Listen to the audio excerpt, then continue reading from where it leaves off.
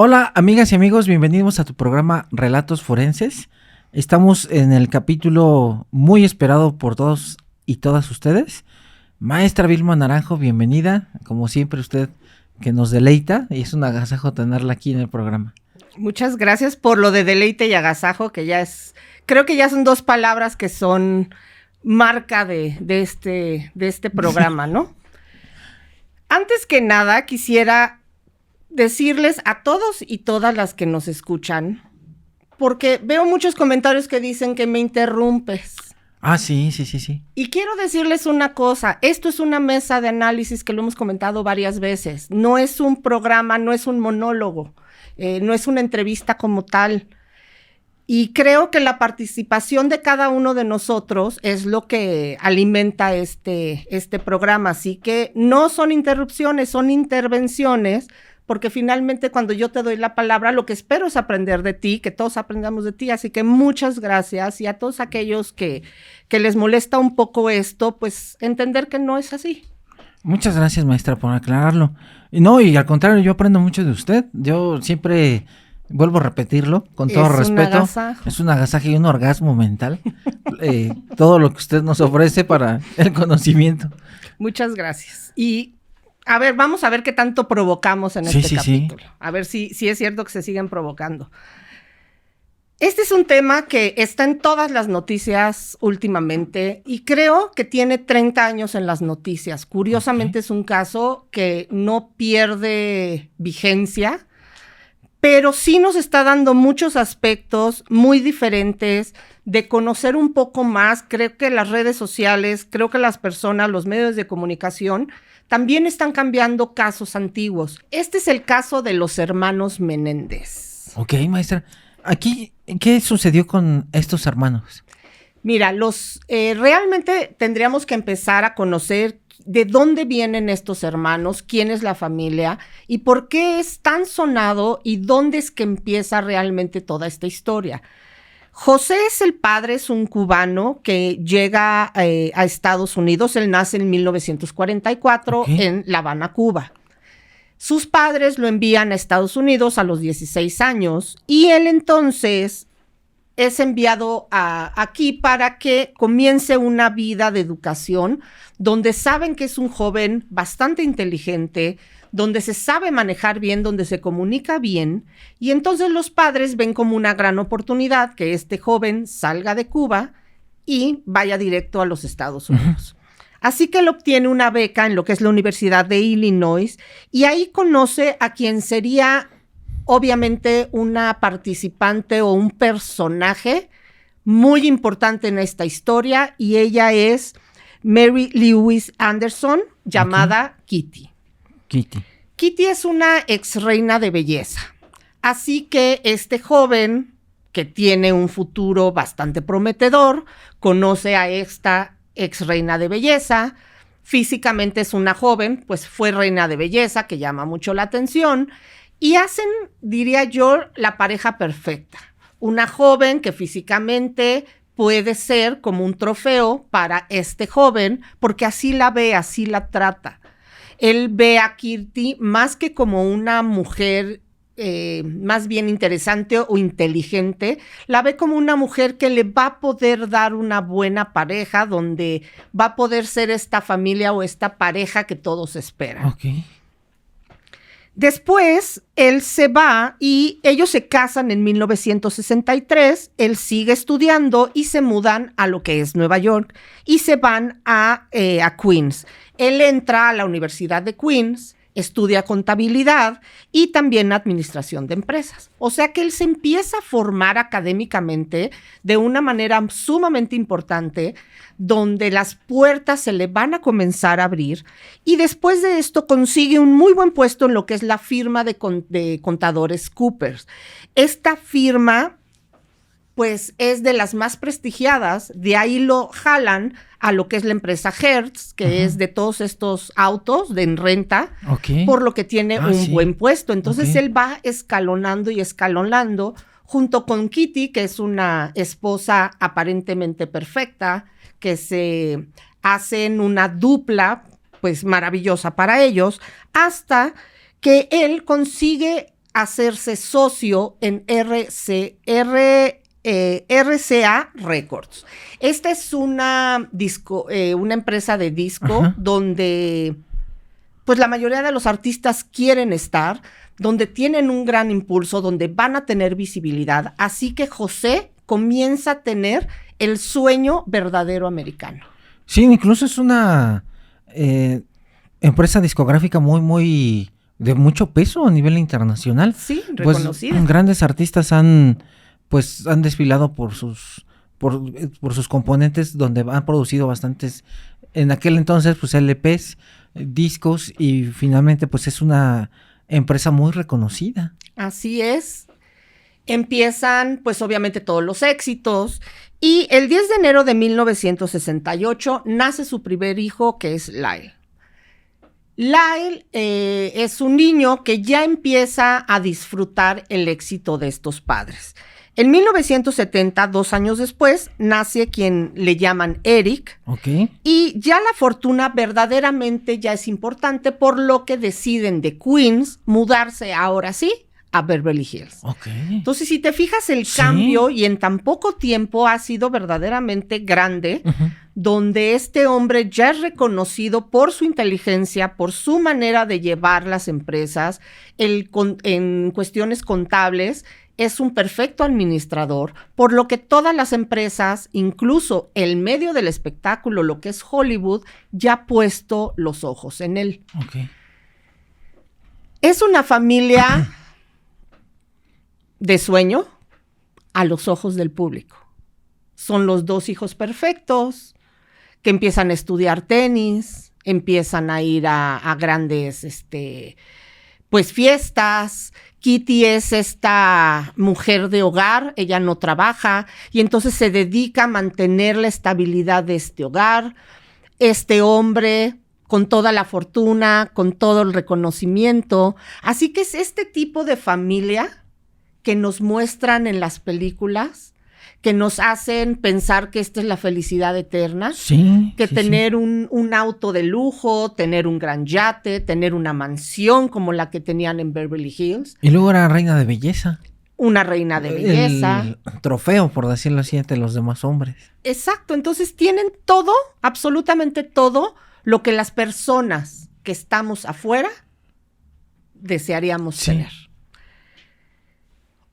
Este 20 de agosto de 1989, después de haber ido a navegar en un gran yate, regresan a la casa. Entendamos que Lyle ya tiene 21 años, Eric tiene 18 años. Los padres están en el sofá de una de las habitaciones de esta gran mansión. Uh-huh. De pronto Kitty se empieza a quedar un poco dormida, están viendo la televisión. Y de pronto suena un estruendo, las puertas se abren y ven entrar a sus 2 hijos armados con escopetas. Wow. En ese momento, el padre se levanta, José, recibe el primer impacto, luego llega Eric, le da un impacto a la madre, a Kitty. Kitty trata de poder, pues, ponerse en pie, no entiende lo que está pasando, y de ahí empiezan los disparos. 10 disparos recibe Kitty y 5 disparos recibe el padre. Me dejó usted sin palabras, en el sentido de que me ha tocado casos de escopeta que se le considera como proyectiles múltiples. Uh-huh. Porque ya ve que en vez de salir solamente un proyectil, aquí son proyectiles pequeñitos que son bolitas de plomo. Okay. Y se les llama postas o perdigones y salen en masa, maestra. Entonces, el grado de letalidad es sumamente abismal, porque mientras más corto yo esté disparando una escopeta, más grande voy a hacer la cavidad de disparo, porque como salen estas postas en grupo y se van disipando, se van dispersando, que incluso un libro que es Vargas Alvarado le llama La Rosa de Dispersión, uh-huh, de cómo se van abriendo estas postas. Aquí son 2 puntos importantes. Una, mientras más cerca esté, hace unas cavidades muy grandes, un boquete, por decirlo así, con todo respeto, menos técnico. Sí, claro. Y son grandísimos. Y número 2, cada posta es un proyectil independiente. Por eso es muy letal la escopeta a cortas distancias, porque cada Una, porque como sale en masa, pues es muy grande la lesión. Y número 2, si se está alejando un poquito, como más de 1 metro, 1,5 metros, se van dispersando y entonces cada proyectil es independiente, individual, de lesión a cada órgano. Entonces, por ejemplo, ha tocado casos donde usted agarra el pulmón izquierdo, y encuentra usted 5 o 6 postas. Entonces, en vez de que solamente un proyectil, el clásico, una pistola, un revólver, lesionó el pulmón, aquí lesionaron 5 que vienen dentro de esta gran masa de postas. Entonces, 5 en el pulmón, 3 en el corazón, otras 5 en el pulmón derecho. Por eso es sumamente letal la escopeta. Y me quedé pensando, maestra, haciendo la reconstrucción, pues las imágenes de los papás, ¿no? O sea, imagínese usted está sentado viendo la televisión y que entren 2 sujetos que son mis hijos directamente con escopeta. ¿Qué es lo que habrá pasado en la mente de estas 2 víctimas, no? Pero es bien, ¿sabes qué? Digo, una de las preguntas que yo verdaderamente tenía para ti es 10 escopetazos a un cuerpo y 5 a otro. Yo creo que a partir del tercero ya podemos seguir contando, ¿no? Sí. ¿Por qué pueden seguir vivos ante el primer escopetazo? Ah, buenísima. Porque aquí viene, me encanta su pregunta. Todo depende del grado donde entre la posta o perdigón y qué estructura lesione. Por ejemplo, cuando hay heridas por proyectil que lesionan los pulmones, cuando entran a tórax, pero no lesionan el corazón, maestra, entonces la persona tiene una capacidad de agonía un poquito prolongada, porque es cierto, el pulmón izquierdo se colapsó, pero el pulmón izquierdo tiene 2 lóbulos, es decir, como 2 pulmoncitos chiquitos, para no ser tan técnico, y el derecho tiene 3. Entonces, ejemplo, que un proyectil lesiona el pulmón izquierdo, pero lesionó el lóbulo inferior, entonces el superior sigue todavía funcional y hay un colapso, pero no es tan inminente como si perforara todo el pulmón, por decirlo así. Esa es una. 2, de que también tiene la función del pulmón derecho. Entonces, aquí, en este caso en particular que le estoy comentando, por eso es que la persona incluso podría llegar al hospital viva, estar 3-4 horas esperando atención quirúrgica, y aún así podrían operarla sin ningún problema, porque solamente lesionaría un lóbulo. El urgenciólogo llegaría, le pondría un taponcito, digo, no para ser tan técnico, pues no me voy a meter a la cuestión técnica médica, para que entonces el pulmón no esté colapsado, hay una presión, cambio de presiones, y entonces el pulmoncito trata de recuperar otra vez su presión negativa que hay adentro. Se le llama presión negativa, maestra, porque cuando nosotros inhalamos, inflamos los pulmones, pero cuando exhalamos, nuestros pulmones se colapsan, y esto lo podemos ver muy bien cuando usted vaya a nadar. Ahora que vaya usted a una alberca, se acuerda de mí por lo siguiente: usted inhale y se va a meter a la alberca, y entonces inmediatamente usted va a flotar. Y usted va a decir, bueno, ¿pero por qué floto? Porque están llenos de aire. Exactamente, están llenos de aire. Y esto me lo dijo un amigo muy querido que se llama Israel Mancilla. Un saludo a mi amigo Israel Mancilla. El tío Israel le decíamos. Y él me enseñó a nadar. Digo, yo no soy experto en nadar, pero él me dijo una lógica muy, muy padre, y se lo agradezco de por vida esto. Me dijo, no te espantes, cuando quieras flotar, nada más jala aire y no te estreses, porque yo era de los que empezaba a manotear. Sí. Dice, tu cuerpo solito te va a sacar. ¿Cómo? Sí, porque tus pulmones tienen aire. Yo ya era médico y dije, sí, es cierto, pero nunca lo había llevado a la práctica. Entonces, claro, me metí y solito empecé a flotar. Y esto es porque hay una presión que justamente infla los pulmoncitos. Ahora, cuando usted exhala, maestra, el pulmón completamente se colapsa, y esta presión negativa hace que entonces el pulmón logre colapsarse, es decir, se reduzca en tamaño. Entonces, eso es en la exhalación. Si no, alguien llega y le clava a una persona un cuchillo o un proyectil de arma de fuego, esta presión, que tiene que ser negativa para que entonces el pulmón se colapse, y al jalar aire el pulmón le gana la presión negativa y entonces se infla. Esta presión, cuando alguien penetra, cambia inmediatamente, y entonces el pulmón va a estar siempre colapsado por el cambio de presiones. Por eso es que el urgenciólogo pone como un taponcito, y entonces hace que otra vez se normalice parcialmente la presión, y entonces otra vez se vuelva a llenar. Exactamente, provisional, digo, esta es una cuestión de emergencia. Ya lo pasan a operar. Entonces, por eso, respondiendo a su pregunta, perdón por la vueltezota, aquí es muy específico. Por ejemplo, si la posta penetra en el ventrículo izquierdo del corazón, y no es tan mortal, que no tenga tanta salida de sangre, por decirlo así, tanta hemorragia, la persona puede estar unos 20 minutos viva. Wow. ¿Por qué, maestra? Porque el saco pericárdico, que es una bolsita que cubre el corazón, Ajá. se empieza a llenar de sangre, pero ya cuando está a más de 150 centímetros cúbicos de sangre, este coágulo empieza a presionar al corazón y ya no permite que bombee. Y ahí se muere, que se llama taponade cardíaco. La otra, maestra, si va directamente a la arteria aorta, que es la arteria más grande del cuerpo, que sale del arco aórtico directamente del ventrículo izquierdo del corazón, gira y entonces viene por enfrente de la columna vertebral, viene por cavidad, columna torácica, abdominal, y de ahí se divide hacia las ilíacas y de las ilíacas a las femorales. Ejemplo, los toreros que les la va la cornada, ajá. y entonces le pega la femoral.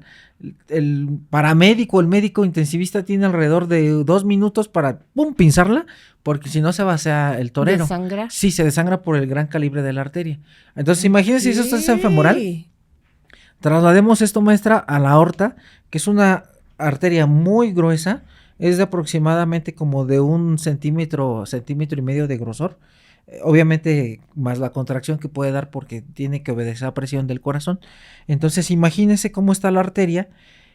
Puede llegar la posta perdigón, y si le pega la arteria con esta presión tan fuerte que tiene, pues puede vivir 1 minuto, minuto y medio de agonía para después fallecer.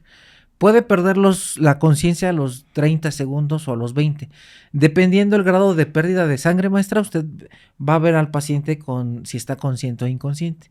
Si es una pérdida muy grande, inmediatamente a los 10, 15 segundos se va a desmayar.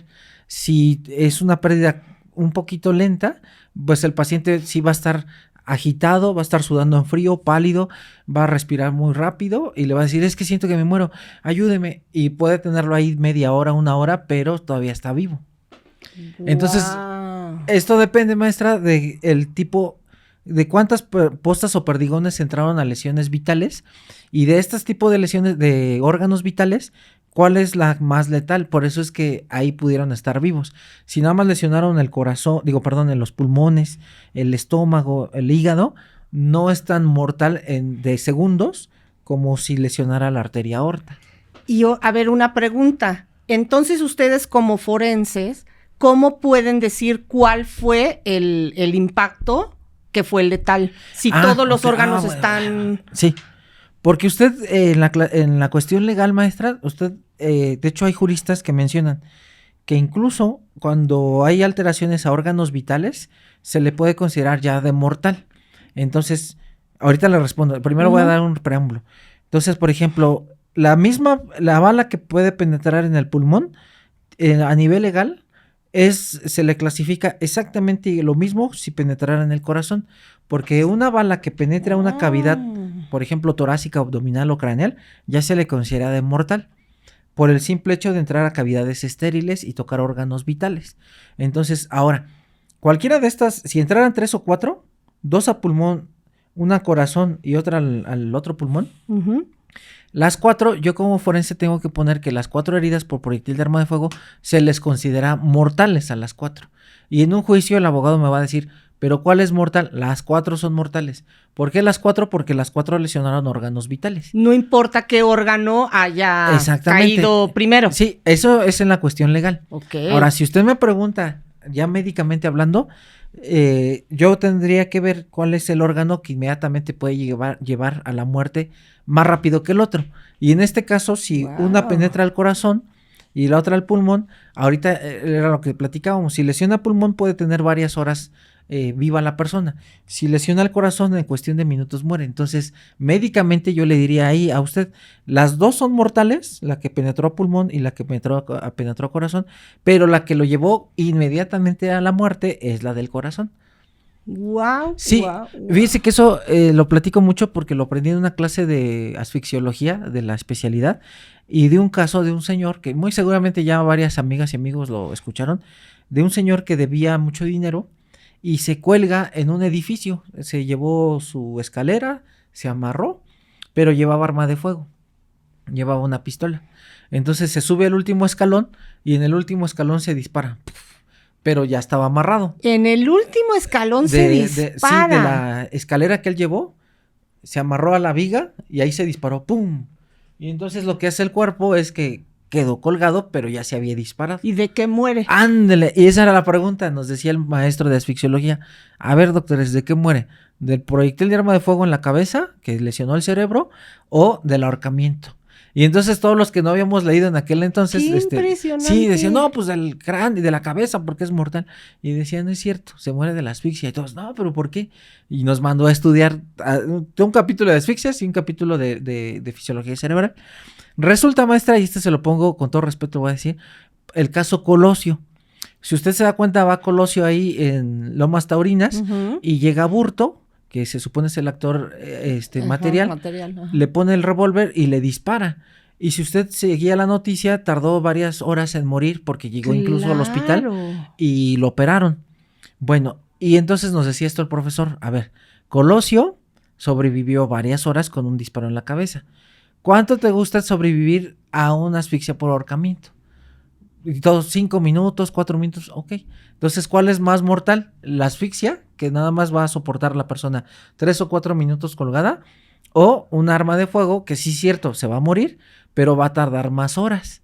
Entonces, obviamente... Pero depende dónde dé la bala también. Sí, exactamente, donde dé, pero aún así, aunque haya dado en una estructura muy vital, puede tener una agonía un poquito más prolongada que la de la asfixia. Para que no creamos todo lo que vemos en las películas. Sí, entonces aquí la solución al problema que nos plantearon en la clase es que esta persona murió de la asfixia, pero que estaba lesionada por proyectil de arma de fuego.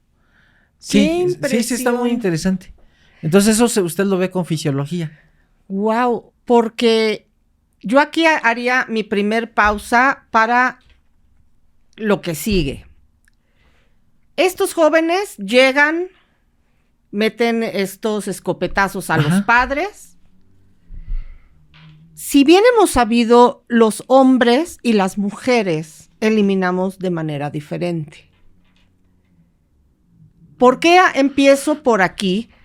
Porque sabemos que un hombre posiblemente llega y estrangula o da un disparo o apuñala, pero no continúa haciéndolo. Son raros los casos cuando un hombre mete emoción al acto. Más bien lo hace como por un impulso. Lo ejecuta y ahí queda. Sí, el cerebro violento que habla el doctor Eduardo Calixto. Pero las mujeres sí tendemos a meter otro tipo de emociones. A mí me llama mucho la atención el por qué estos jóvenes deciden tener tanta saña en el acto. ¡Oh, maestra! Es usted de verdad un súper agasajo. Y deleite. Y deleite porque llegó como anillo al dedo. Llegó justamente como anillo al dedo por lo siguiente. Tuvimos ya la fortuna y el honor de estar con la victimóloga, Nefte Subersa. Y ella me aclaró un punto bien importante. Que yo como forense pues no lo había tomado tanto en cuenta porque yo decía, bueno, pues sí hay mucha hazaña, pero pues hasta ahí, ¿no?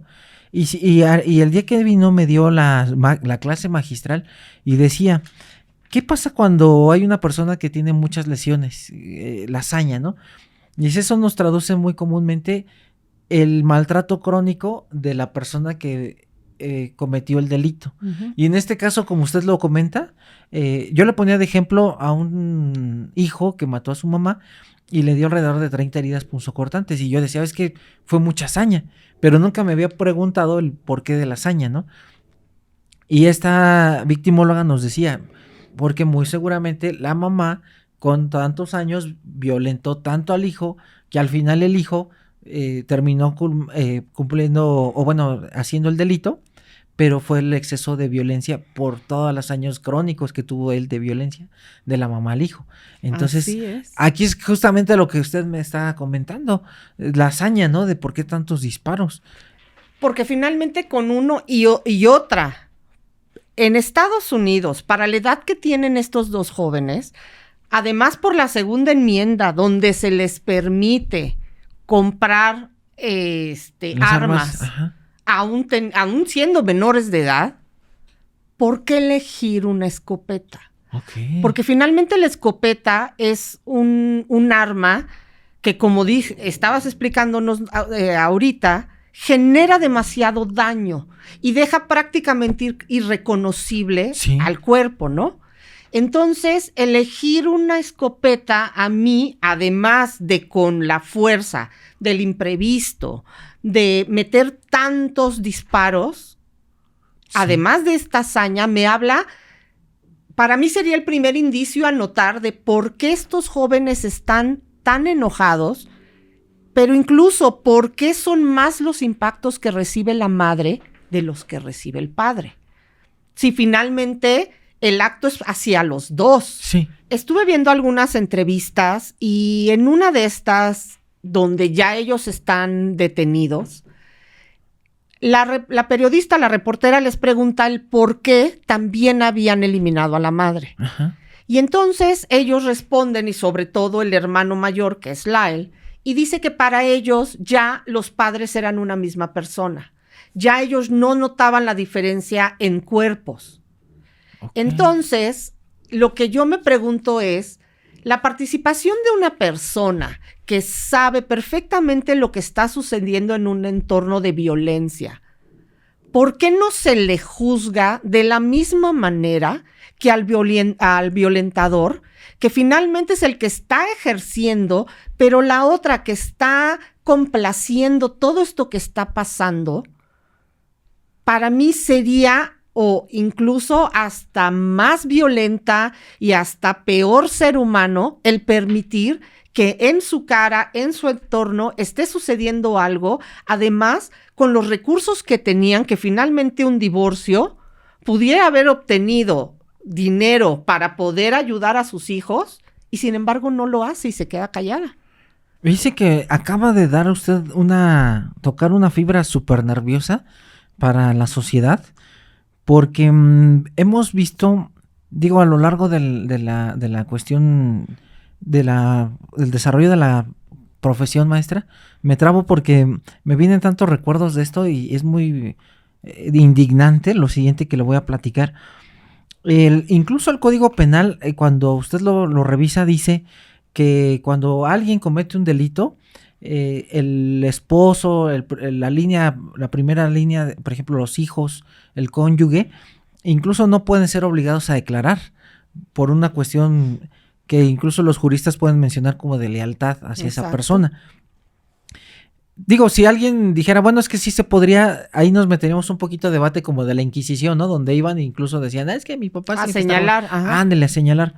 Pero hay algo, por otro lado, maestra, que sí es cierto, esto el Código Penal dice que no se puede hacer, o no, la autoridad no tiene esta facultad. Sí, ni siquiera los pueden interrogar. Sí, exactamente, pero aquí viene algo bien interesante, maestra, que es la cuestión estructural que usted acaba de señalar. Si de acuerdo a mis principios, yo como Jorge Olivares veo que a usted la están agrediendo, pues yo voy a brincar por una cuestión de principios éticos y cuestiones que me han formado mi familia, de decir, a ver, independientemente que yo no tuviera el gusto de conocerla y el agrado, pero dije, bueno, es una señora, es una mujer que la están agrediendo, pues hago acto de presencia, ¿no? A ver qué está pasando, por ejemplo. Si bien es cierto, tal vez no voy a agarrar un bat y voy a agredir al violentador, pero sí decir, oiga, ¿qué pasa, no? O llamo una patrulla, alguna situación donde pueda salvaguardar un poco a la persona que están agrediendo. Pero esto es lamentable en la cuestión de una omisión, maestra, porque hemos visto casos donde ha habido abuso sexual. Me recuerda un caso que viene en el libro, que ya va a salir, 9 Círculos, que tiene un nombre chistoso, perdón, pero es que fue el único que quedaba perfectamente bien para la historia de este capítulo tan terrible, que se llama Los churros de mamá. Yo así le puse porque la mamá vendía churros porque el padrastro hacía churros. Que es a lo que voy a resumir lo más sencillo para no complicar a las personas que nos escuchan. Se junta el señor con una mujer joven, todavía guapa, y entonces el señor usaba un bastón, no podía salir a vender, y entonces, pero sabía hacer churros. Okay. Entonces él hacía los churros en la mañana y en la noche, y a la pareja sentimental la mandaba a vender los churros que él hacía. Pero aquí venía un problema. Había un niño de 6 años. Y este niño de 6 años todos los días era violentado por el padrastro. Incluso, maestra, cuando llega todo golpeado para hacerle la autopsia, yo le encontré alrededor de 10 quemaduras por cigarro en los pies. Ay. 10. En diferentes estadios. O sea, había unas con cicatriz, otras recientes y otras con pus, con secreción purulenta por un proceso infeccioso. Y usted se pregunta como autoridad o como incluso parte de la sociedad, bueno, tú como mamá no te dabas cuenta, tiene 10 quemaduras por cigarro en diferentes días.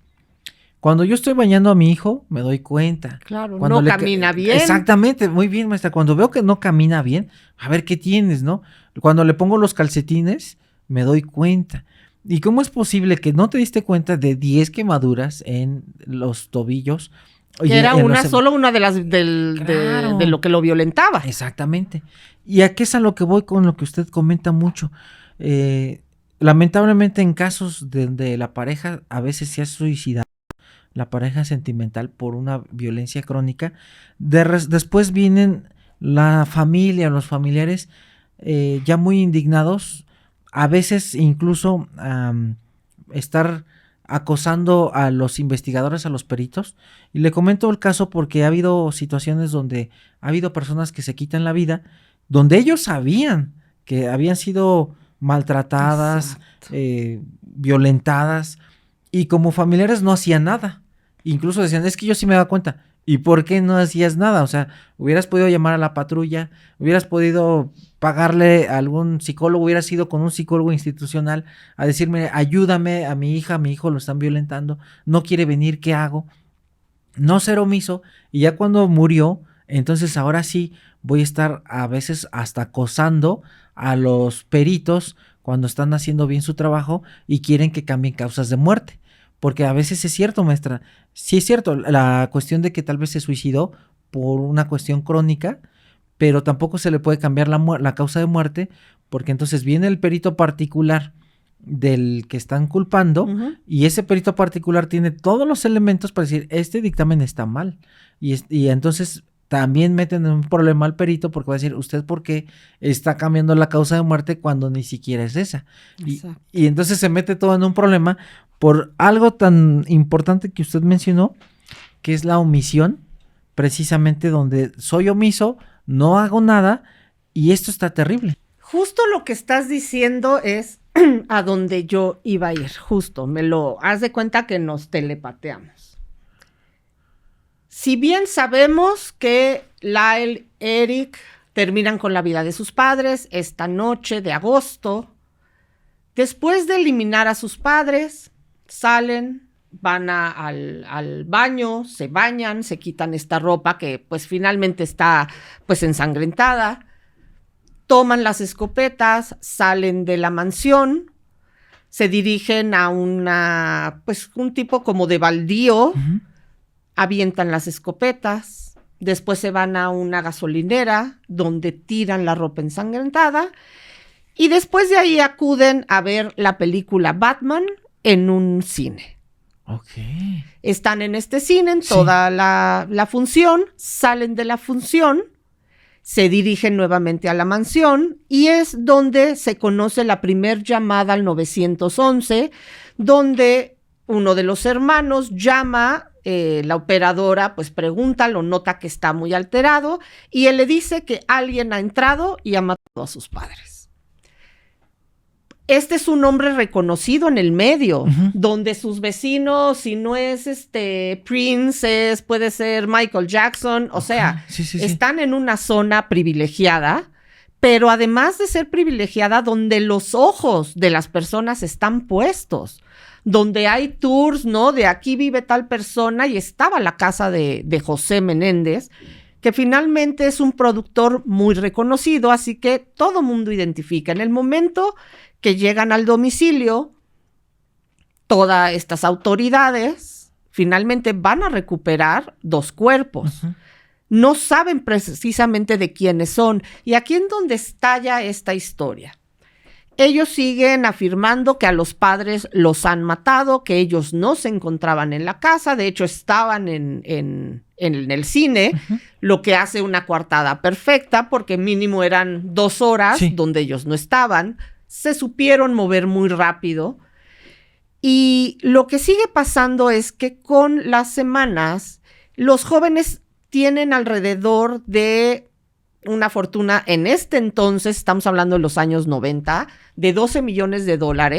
Lo que digo, ahorita es mucho dinero, pero hace 30 años era mucho más. Así que comienzan a comprar relojes caros, incluso compran un restaurante, autos, empiezan a tirar el dinero de una manera muy ilógica. Y yo digo muy ilógica porque son jóvenes acostumbrados a la buena vida. No creo que hayan comprado un reloj que no hayan tenido o no hayan tenido la posibilidad de comprarlo. Han comprado autos que si bien habrían podido comprar. Entonces, este despilfarro de dinero también de manera tan ilógica, tan poco pensada, también me llama mucho la atención. ¿Por qué irse sobre el dinero si ya lo tenían? Yo creo, maestra, a veces viene algo, es magistral lo que usted nos da, porque es lo que habla Vicente Garrido con los hijos tirano. Ya ve que está muy de moda ahorita utilizar este término. Y recuerdo muy bien, y no me dejará mentir usted, cuando los padres eran muy estrictos y que incluso hasta con la mirada les teníamos miedo, ¿no? Sí, claro. Ay, ya me vio feo, ya nos controlaban. Sí, o sea, era increíble. Y me ha tocado personas, adolescentes también, donde ya exigen. Me acuerdo muy bien el caso de una tía muy lejana que tengo por ahí. La hija le exigía. Le decía, es que tú antes de tenerme, me hubieras pensado en tener una casa para mí, en tener mi recámara. Y yo no sé por qué te involucraste con mi papá si era un pobre diablo. Tú me tienes que dar mi recámara porque así viene en la ley donde me tienes que dar todo lo que yo necesite. Yo me quedaba súper sacadizo de onda porque decía, pues eso no es cierto. O sea, sí hay una cuestión de una obligación y un deber por parte de los padres, pero también hasta donde puedan, porque tampoco el hecho de que ya tengan hijos, pues tienen que darles un palacio, ¿no? Y la adolescente se ponía muy violenta porque a veces si no la dejaban ir a fiestas, casi golpeaba a la mamá. Entonces es donde usted dice, bueno, ¿qué tipo de educación están recibiendo? Y aquí es lo que veíamos, maestra, con el sujeto que lamentablemente golpeó a una señora y que qué bueno que está por tentativa de feminicidio, ¿qué es lo que nos demostró? Que tanto dinero, tanto exceso, sin tener alguna restricción, eso es lo que vuelve potencial delincuente a ciertas personas. La búsqueda del dinero, la búsqueda del poder. Sí, del poder. Y empecé a ver más y más historias y cada vez, de verdad, Jorge, cada vez me daba más indignación.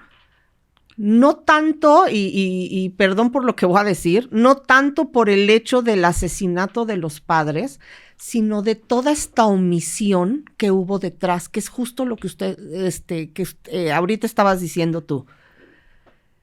Empecé a ver historias, aparecen unas tías que están dando ahorita entrevistas, son mujeres de alrededor de 70, 80 años, y dicen un capítulo que de verdad a mí me aterrorizó, no, claro por la información que dan, pero además por lo que tenían de información.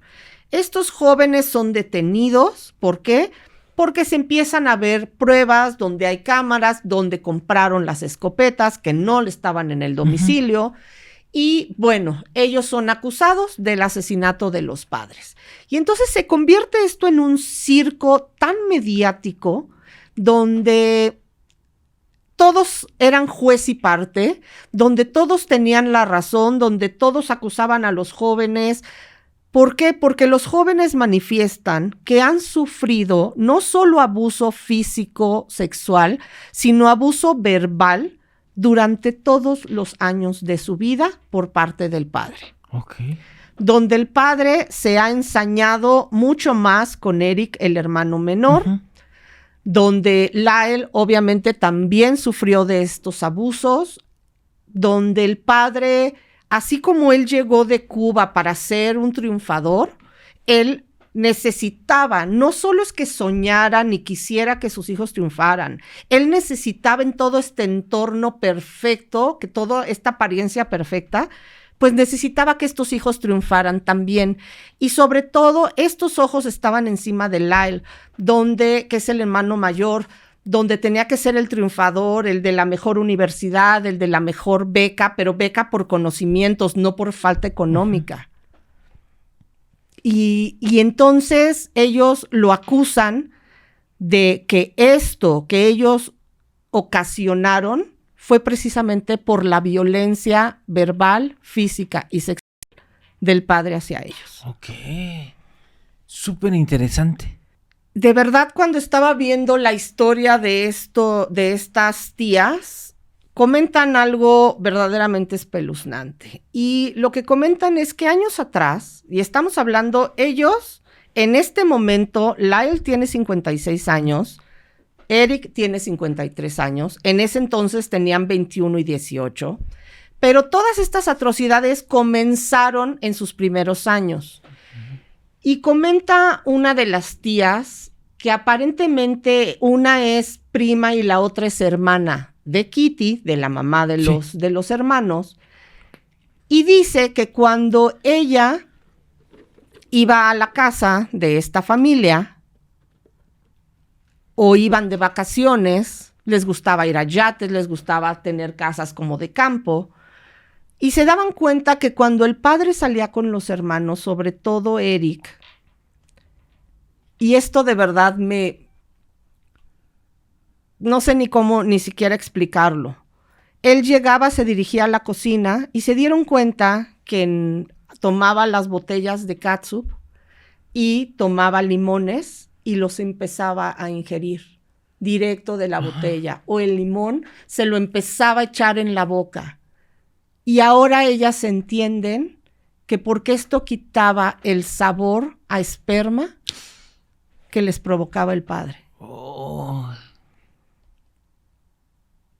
No solo me impacta, no solo me entristece, no solo me frustra esta información, pero lo que no puedo entender es que un familiar directo, hoy, a los 80 años, esté con lágrimas en los ojos diciendo que esto sufrieron sus sobrinos y se mantuvieron calladas. Era lo que justamente platicamos ahorita, maestra.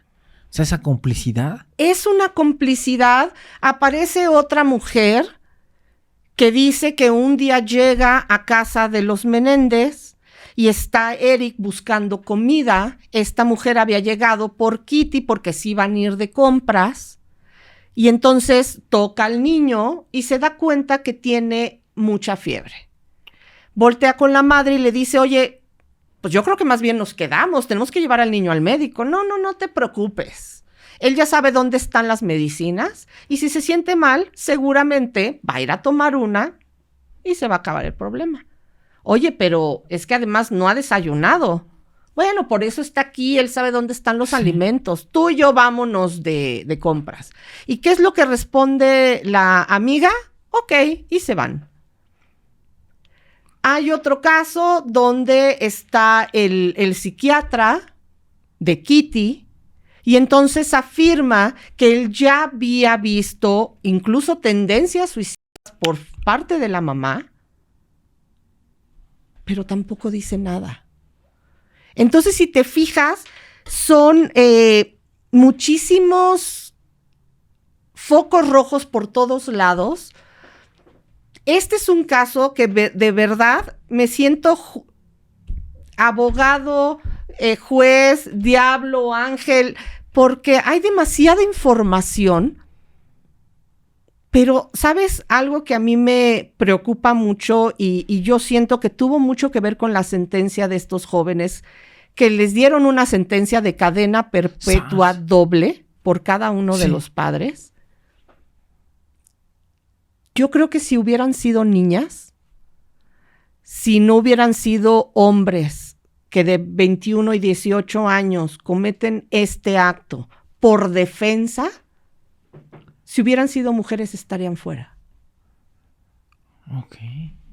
No sé tú qué opinas. Era justamente también algo que tocamos esa ocasión con la victimóloga, donde a veces, lo voy a decir con todo respeto y con pincitas, yo no estoy apoyando la violencia de uno ni del otro, claro. Y usted tampoco, sino simplemente nos viene a narrar usted la cuestión de cómo sucedieron las cosas, pero lo platicamos la vez pasada, incluso yo mencioné de un compañero que fue a denunciar a la novia porque lo estaba violentando. Y la MP solamente se rió y le dijo, no, es que lo tuyo no procede porque eres hombre.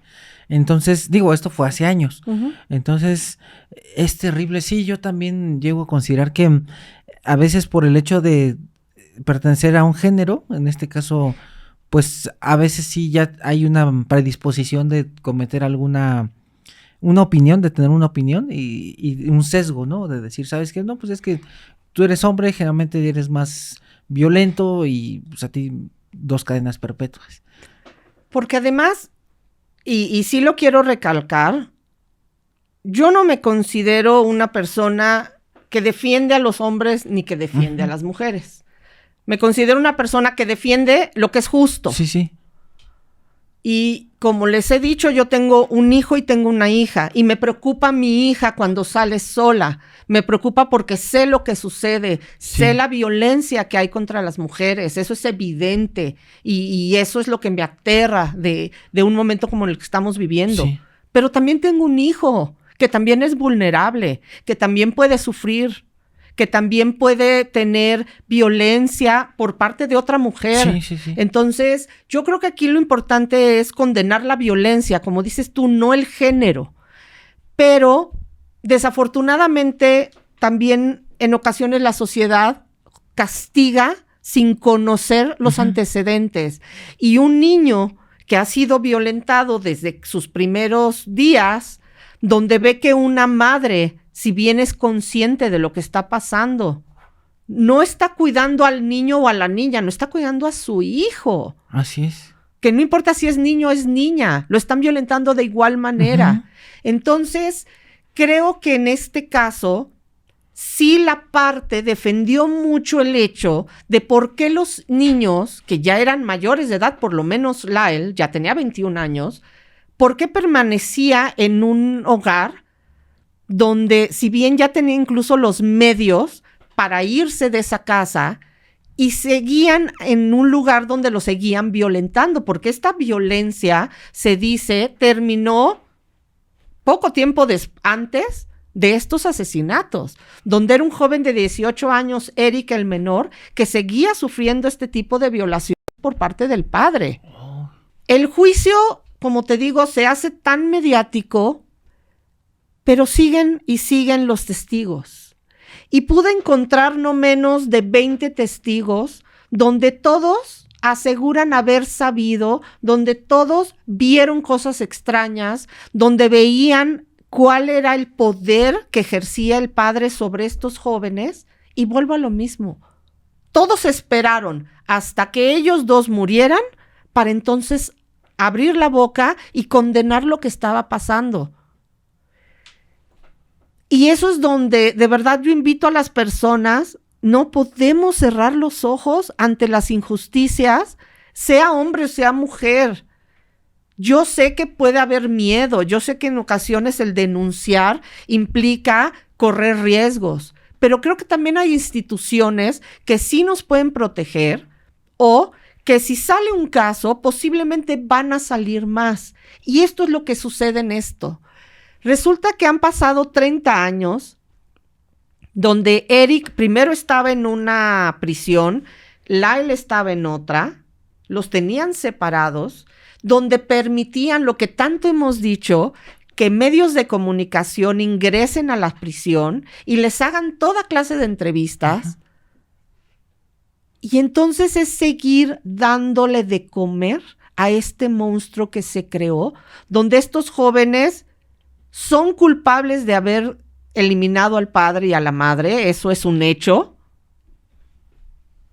Pero ¿hasta dónde llega la culpabilidad de un menor que ha sido abusado y que se está llenando y llenando de todo este veneno donde ve que nadie lo defiende. Fíjense, maestra, que lo voy a tocar con mucha delicadeza esto. Como criminólogo he buscado información del por qué un padre puede violar o violentar sexualmente a su hija, y ha habido varias explicaciones desde que van en la corriente biológica, la corriente de poder, de sometimiento, pero lo que sí no he encontrado darme una explicación para mí mismo es por qué un padre violenta sexualmente a su hijo, porque obviamente es muy diferente la anatomía, claro, de una mujer a de un hombre y de una niña a un niño. Y aquí yo siempre me he preguntado, bueno, ¿por qué un papá violenta sexualmente a su hijo varón?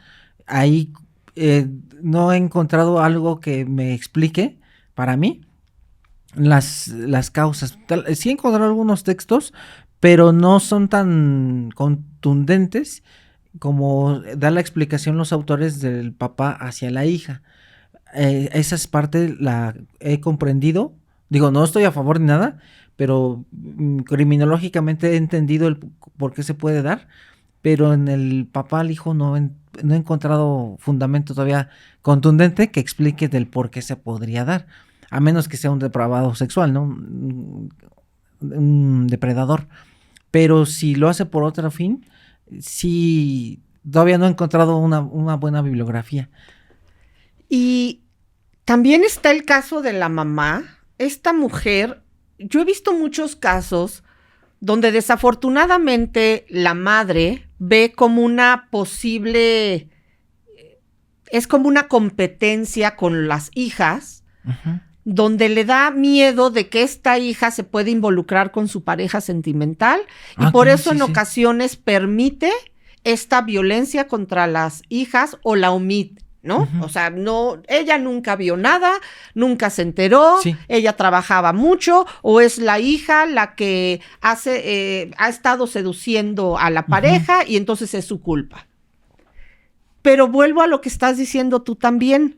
¿Por qué una madre defendería a un hombre que, si bien no es una hija, no podría ser competencia ni siquiera emocional ni físicamente, pero hace lo mismo, donde está protegiendo, donde se da cuenta? Porque llega un momento que Lyle, que es el hermano mayor, empieza a tener ciertos tocamientos o ciertas actitudes con el hermano pequeño. Okay. Como un reflejo de poder, como un reflejo de venganza, como el sentir que alguien más siente lo que siente esta persona. Pero la mamá, ¿dónde está? Vuelvo a lo mismo. La familia, ¿dónde está? Estas tías, estos psiquiatras, estos maestros, que 30 años después tienen el foco nuevamente, donde pareciera que conocer información de este caso nos engrandece, nos da popularidad, en redes sociales les da likes, les da suscriptores. Y si bien lo importante de todo esto es que hay dos jóvenes que han estado 30 años, que hoy ya se encuentran juntos en esta prisión, que se han casado, que han tenido hijos, que han estudiado. Y entonces sale la noticia de un joven que se llama Roy Rosello. Roy Rosello es uno de los miembros del conocido grupo de los 80s, 90s, Menudo. Él dice que él notaba que en esta empresa discográfica que era RCA uh-huh. Records, donde trabajaba y era socio el papá José Menéndez, él notaba que él tenía cierta fascinación por jóvenes uh-huh. y que él notaba cómo este hombre tenía los ojos puestos en él. Incluso en estas nuevas entrevistas dice que él sentía como que hubo un flechazo el primer día que lo vio, donde este hombre, el padre José Menéndez, lo buscaba, lo involucraba, lo protegía, pero era más como para tener un acercamiento con él uh-huh. que como artista. Él dice que recuerda que aparece otro hombre que se llama Edgardo, y este era el productor musical y manager del grupo Menudo, el cual también ha sido acusado, no ha sido procesado, pero ha sido señalado por otros miembros del ambiente artístico de haber, si no abusado, haber tenido ciertos contactos. Así que tenemos aparentemente a dos depredadores, tanto Menéndez como esta persona, Edgardo. Este joven dice que un día lo invitan a cenar y le dicen que lo van a llevar a una de las mansiones a tomar y a platicar con él. Él llega, le ofrecen una copa, él se la toma y dice recordar despertar en un hotel, en un cuarto de un hotel, donde sabe que ha sido uno drogado y por el otro lado, él sabe que ha sido ultrajado porque pues tiene lesiones. Oh, me recuerda el caso de prácticamente de las, digo, es independiente, pero el modus operandi que usted nos deleitó de las goteras, donde perdían prácticamente la conciencia. Este joven, que ahora ya es un adulto, que tiene más de 50 años, que pertenecía a este grupo de Menudo, lo señala directamente como su abusador. Okay. Esto despierta nuevamente todo este fuego en este caso, porque esto lo que da es motivos para que se sepa que sí habían sido violentados, si bien el juez, si bien todos los que estaban en la sala, pues no le dieron la importancia, no les creyeron, lo vieron como un acto desalmado, como una venganza donde lo que querían era dinero, no los protegieron. Era un joven de 21 años y un joven de 18, que si bien eran mayores de edad, pero no tenían mucho dinero, pero no tenían protección. Sí, es correcto. Pero además sale una carta, porque ahora resulta que tanto la familia, las esposas de estos jóvenes, los miembros de la familia que no los protegieron hace 30 años, ahora sí los quieren proteger. Y sale una carta que yo pude revisar y a mí me llamó mucho la atención porque yo lo vi desde el aspecto grafológico, que era lo que comunicaba. Y esta carta es de Eric, que se la escribe a una prima, a un primo, perdón, que se llama Andy, así lo nombra en la carta, donde él le dice que ya no puede más con esta violencia, con los abusos del padre, que está desesperado, que tiene miedo de llegar en las noches, que cierra la puerta de su cuarto con el miedo de que el hombre, que es finalmente su padre, sí, lo vuelva a violentar. Y está dándole una serie de información donde no solo es cruel, es triste, es frustrante saber que un joven ha tenido que vivir todo esto en una familia. Pero cuando termina esta charla, hay un párrafo donde dice, bueno, después de todo, ¿cómo estás? ¿Y cómo está tu novia? Y veo que tu novia está muy linda y sigues jugando fútbol porque a mí me encanta el fútbol. Este cambio de emoción, sí, a mí me llamó muchísimo la atención.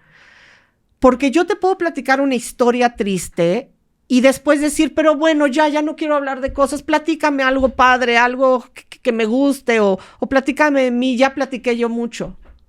Pero este cambio de emoción tan abrupto, donde de hablar de una violación, le comienza a decir, ¿cómo es tu novia? Sí. Está increíble cómo hace esos cambios tan drásticos, tan bruscos, y sobre todo, digo, es una carta, pero igual y ya no tuvo esa alteración psique que muchas veces, tal vez en alguien cuerdo podríamos encontrarlo. Sí, porque finalmente él está hablando además. Yo lo que hago cuando realizo un análisis es buscar si la emoción, ¿no? Sí, es congruente con la escritura o si lo que está platicando, sus trazos son congruentes.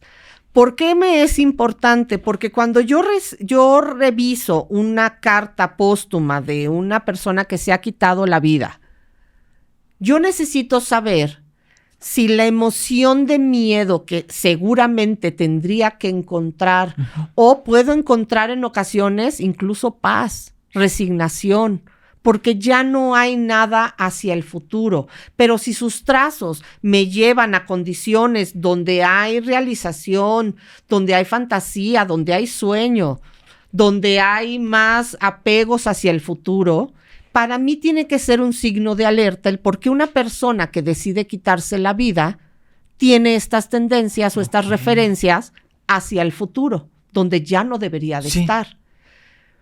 En muchas ocasiones, y de hecho me he encontrado casos donde la carta fue realizada por otra persona, o bien donde fue manipulado el escribiente para que realizara este escrito, pero sus trazos dicen otra cosa. Y esto es lo que me sucedió con esta carta.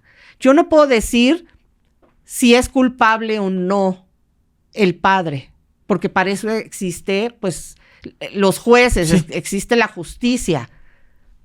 Pero lo que sí puedo decir que para el momento que este joven escribe esta carta, su estado emocional ya estaba fuera de la realidad, donde ya sabía una historia bien contada. No estoy diciendo creada, ni estoy diciendo elaborada. Estoy diciendo una historia que ya había sido repetida tantas veces que ya era como un guión, donde sabía dónde y cómo decir las cosas. Y eso es lo que más me impacta, porque si tantas veces platicó esta historia, ¿por qué nadie la había escuchado antes?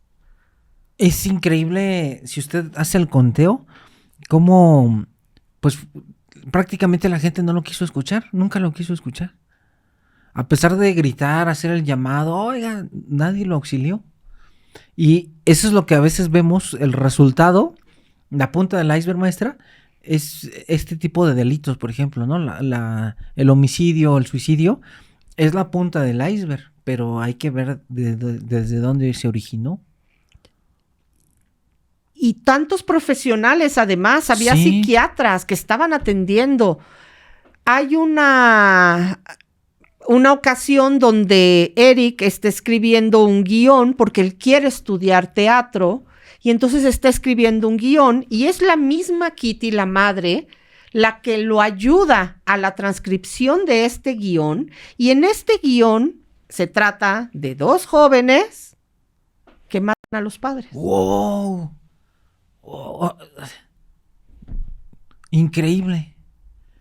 O sea, imagínense ver el guión y ni así, o sea, yo preguntaría, ¿no? Oye, está padre la historia, pero ¿tienes algún problema o algo así, no?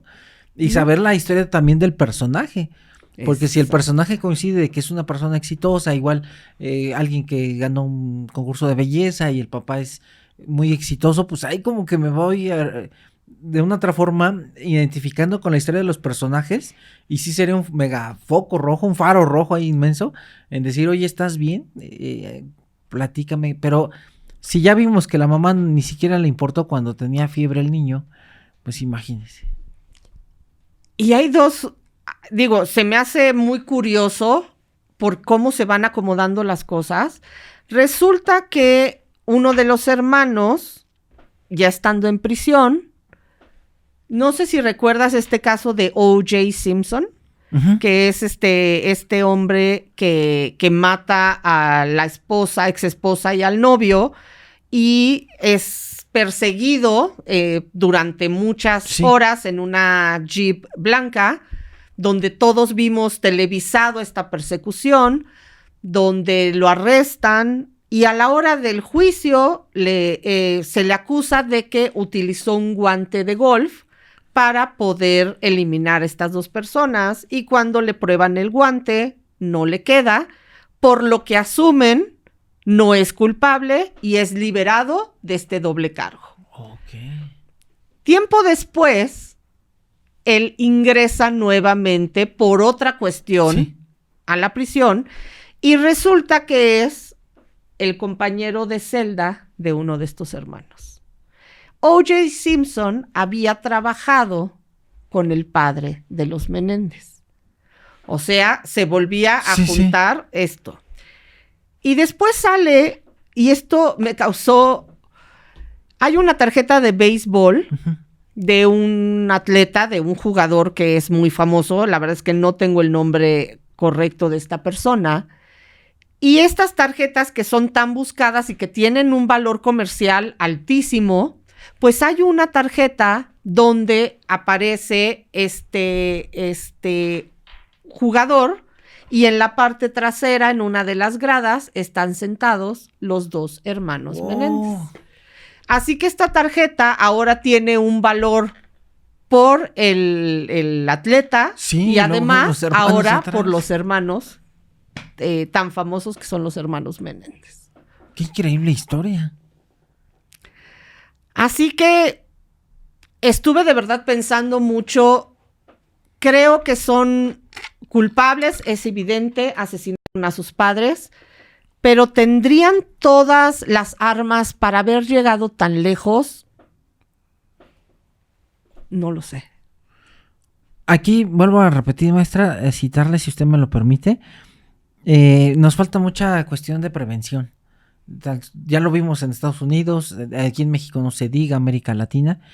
Y todas estas historias se pudieron haber prevenido antes de terminar en esta punta del iceberg, porque ya se veían los rasgos de violencia, los puntos rojos, los focos rojos, que eso hemos visto en el transcurso de desarrollar los temas de violencia de género, violencia infantil, homicidios, en este caso también una historia muy buena que usted nos deleita con su voz magnífica de voz narrativa. Pero esta cuestión de prevención hace falta muchísimo, porque si en su momento alguien, el psiquiatra por ejemplo, interviene, la tía, oye, ¿sabes qué pasa esta situación?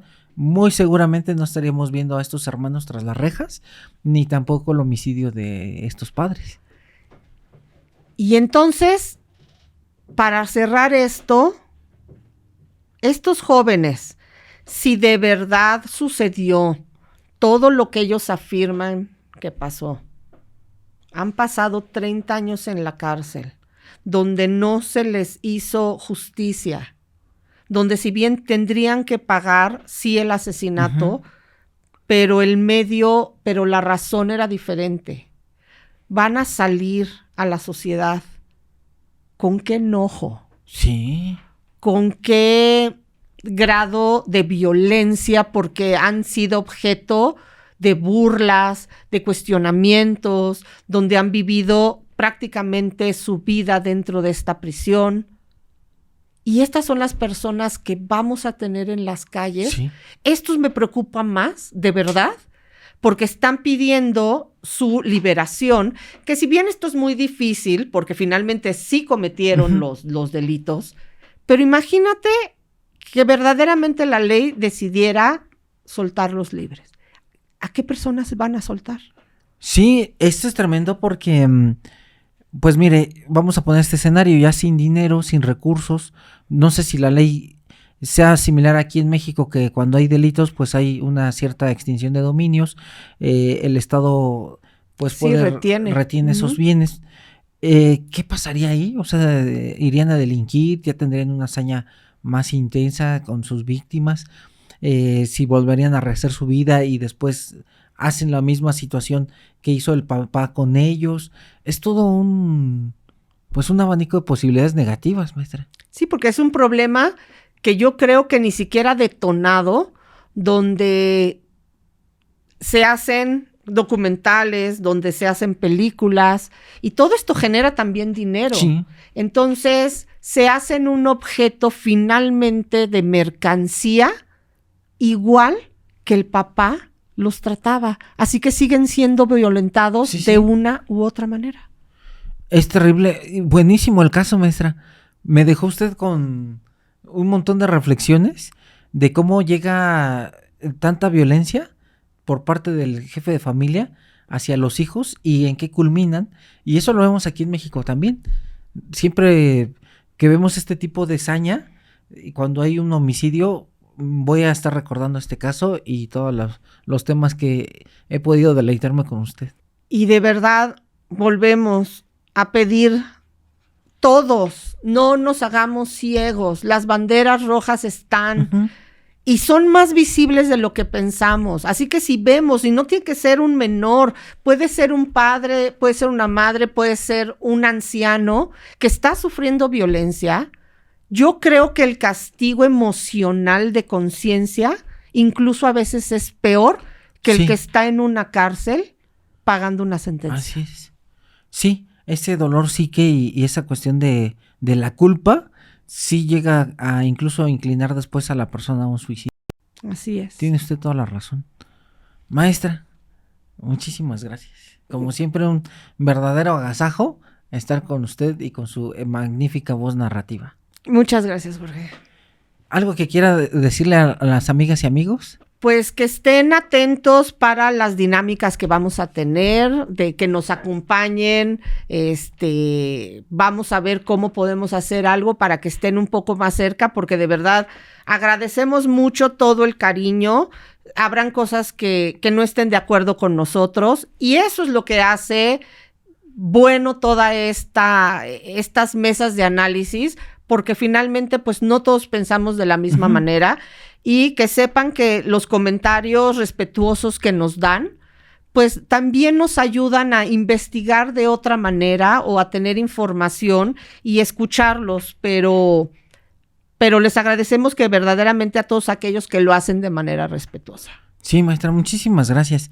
Sí, y decirles, amigas y amigos, es una mesa de análisis, no es un monólogo. Y también sería muy aburrido hacer un monólogo, maestra. Pero ese es lo padre, el poder intercambiar conocimientos entre nosotros, entre los invitados. Y pues yo le agradezco mucho, maestra, su presencia, como siempre, a pesar de 2 horas y media de intenso tráfico y bastantes litros de gasolina por el vehículo que se consume. Pero aquí le agradezco mucho de miocardio y corteza cerebral. Gracias, maestra. Muchas gracias. Amigas y amigos, no te lo pierdas. Ya viene una sección bien interesante a cargo de José Grajales, que nos va a dar una sorpresa. Y yo también me estoy inclinando que por ahí viene una sorpresa de la maestra Vilma. Para los Vilma lovers, que estén muy atentos, porque vienen grandes cambios, grandes sorpresas, y vamos a estar muy atentos a todo lo que va a pasar, pues incluso en un nuevo canal. Maestra, muchísimas gracias. Nos vemos la próxima.